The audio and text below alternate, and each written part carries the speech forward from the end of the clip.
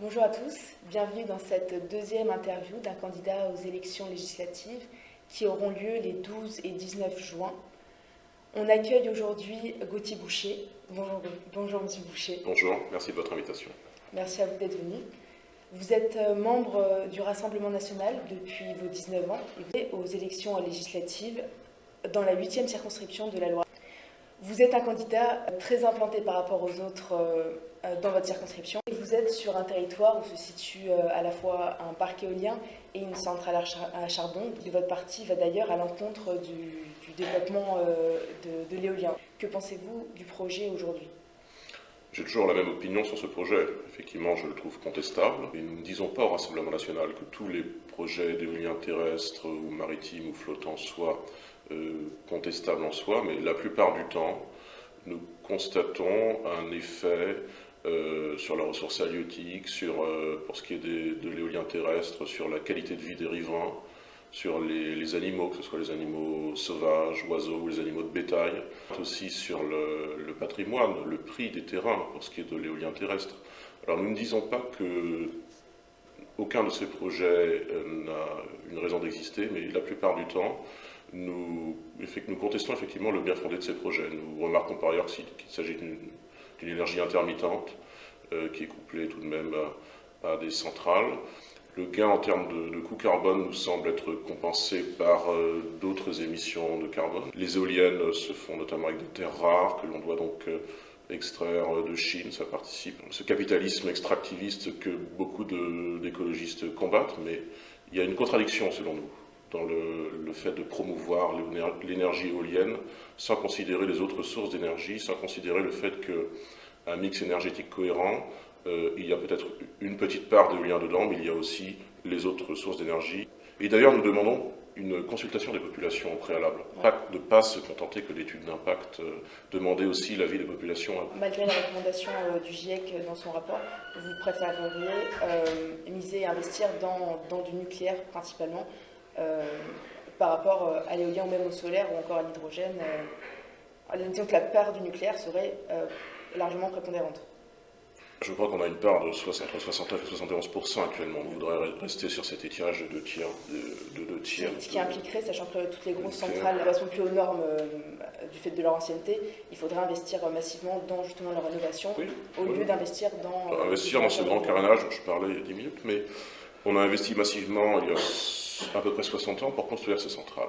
Il faut maintenant investir massivement à l'initiative d'un État stratège et aménageur pour maintenir ces centrales, les moderniser, et puis diversifier aussi l'offre de centrales avec des EPR, avec des PRM.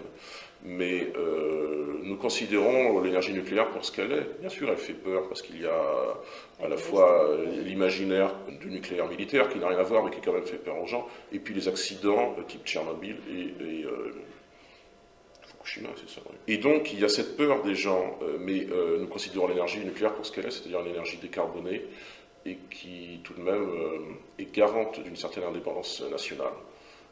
Même si nous n'ignorons pas que nous prélevons l'uranium dans un certain nombre de pays, etc. Mais dans l'ensemble, c'est une énergie garante de notre indépendance. Je crois que aussi le caractère spécifique de la France dans l'ordre des nations, c'est de ne pas privilégier, pour les questions énergétiques notamment, ou tout autre, une seule solution, c'est d'avoir une palette, si vous voulez. D'accord. Vous parlez, dans votre profession de foi, il me semble, d'une écologie concrète, enracinée et française.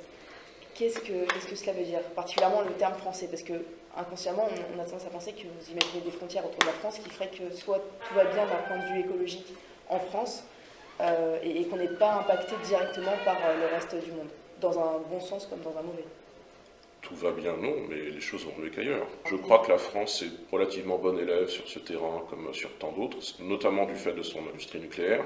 Je pense qu'il faut nous préoccuper d'abord d'avoir une politique soucieuse de l'environnement, d'abord en France, sans forcément croire que des États et des intérêts convergents, parce que ça c'est en termes de résolution de la crise climatique, ça c'est une approche un peu naïve des choses, qui ne prend pas en compte, hélas, ou c'est comme ça, je n'ai même pas à dire hélas, qui ne prend pas en compte les rapports de force interétatiques. Dans une étude du 12 mars 2021, cite que seuls 50% des 18-24 ans jugent la police honnête. Comment comptez-vous nouer un lien de confiance durable entre la police et la nation, plus précisément la jeunesse dans le cas précis? Et parce que vous misez sur le renforcement d'une police municipale, du coup avec plus d'effectifs et éventuellement un armement des policiers. Donc vous souhaitez la renforcer alors que aujourd'hui même la confiance ne règne pas entre les jeunes et le corps policier. Oui, nous souhaitons renforcer effectivement les polices municipales, à Nantes, à Saint-Nazaire. Je veux dire que, hélas, pour les jeunes, je ne sais pas, on se préoccupe assez peu de ce qu'ils pensent sur la police. Moi, je veux dire, on considère la chose selon l'angle de la sécurité et de l'insécurité. Pas de raison, a priori, selon moi, de ne pas avoir confiance dans la police. Moi, j'ai toute confiance en la police. Je ne crois pas honnêtement qu'il y ait une violence policière systémique. Ça, je ne crois pas cette idée-là. Parce que pour le coup, les images qu'on reçoit en tant que jeune de la police, en règle générale, c'est la police française. Et voilà, il y a eu, on participe, nous. Voilà, et moi je parle d'images qui sont très récentes. Le Stade de France, on a vu des gens parfaitement normaux se faire gazer pour essayer simplement d'entrer à un match de foot où vraisemblablement... Là, il y a eu des dysfonctionnements. Pour moi, c'est de là que vient ce chiffre. C'est pas une influence de la politique, c'est pas une vision politique de descendre le policier ou la police en règle générale, mais de réelles images. Et je ne crois pas qu'il y ait de raison objective de ne pas avoir confiance dans la police. Même s'il peut y avoir quelques contre-exemples à cela, et je pense notamment à ce qui s'était passé lorsqu'il y avait le mouvement des Gilets jaunes il y a 3 ans. À Centrale-Nantes, il y a 43% d'étudiants étrangers. Et, si on prend l'exemple de l'un d'entre eux, il sera diplômé en même temps que tous les autres. Et cet étudiant va avoir l'opportunité de décrocher un poste d'ingénieur en France, après avoir vécu seulement 3 ans sur le territoire français. Pour vous, cette situation est-elle une chance ou un problème ? Je ne le connais pas personnellement, mais je suppose que c'est plutôt un atout pour notre pays. Si c'est un ingénieur, si c'est quelqu'un qui devient ingénieur grâce à l'éducation qui lui est fournie en France, je ne vois pas de raison de lui contester cela. On ne peut pas accompagner 300 000 personnes par an, on ne peut pas les assimiler notamment, on ne peut pas les accompagner professionnellement, on ne peut pas absorber cette main-d'œuvre. C'est impossible. 30 000, ça devient non seulement possible et potentiellement enrichissant. Et notamment s'agissant des situations délictuelles et criminelles, là-dessus on serait intraitable. Donc en fait, quelqu'un qui a 2 nationalités et a commis un crime serait refusé par la France et potentiellement refusé par l'autre pays. Qu'est-ce qui fait que l'autre pays ne peut pas dire retourne dans le pays où tu as une 2e nationalité, à savoir la France? Si le pays refuse, dans ce cas-là, on a des moyens, je crois, de pression diplomatique pour encourager ce pays à accepter finalement accepter. C'est un rapport de force diplomatique qui doit s'engager d'État à État. L'immigration telle qu'elle est, si massive, devient difficile à vivre pour beaucoup de Français qui la subissent en termes d'insécurité physique, maintenant en termes d'insécurité culturelle presque. La sensation diffuse de ne plus être chez soi en France, d'être dépossédé de son identité, d'être dépossédé de son pays.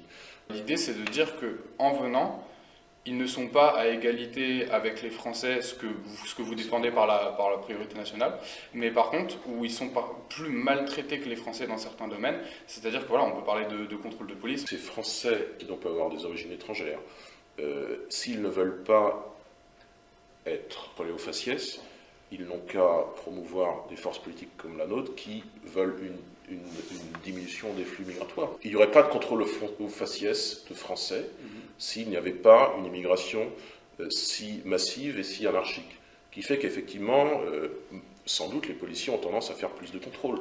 Je suis convaincu que s'il y a moins d'immigration, ce sera bénéfique sur tous les plans, y compris pour les immigrés qui viennent, qui seront mieux assimilés. Quel serait votre rôle en tant que député? C'est d'être des opposants. On c'est sait par avance qu'on sera des opposants.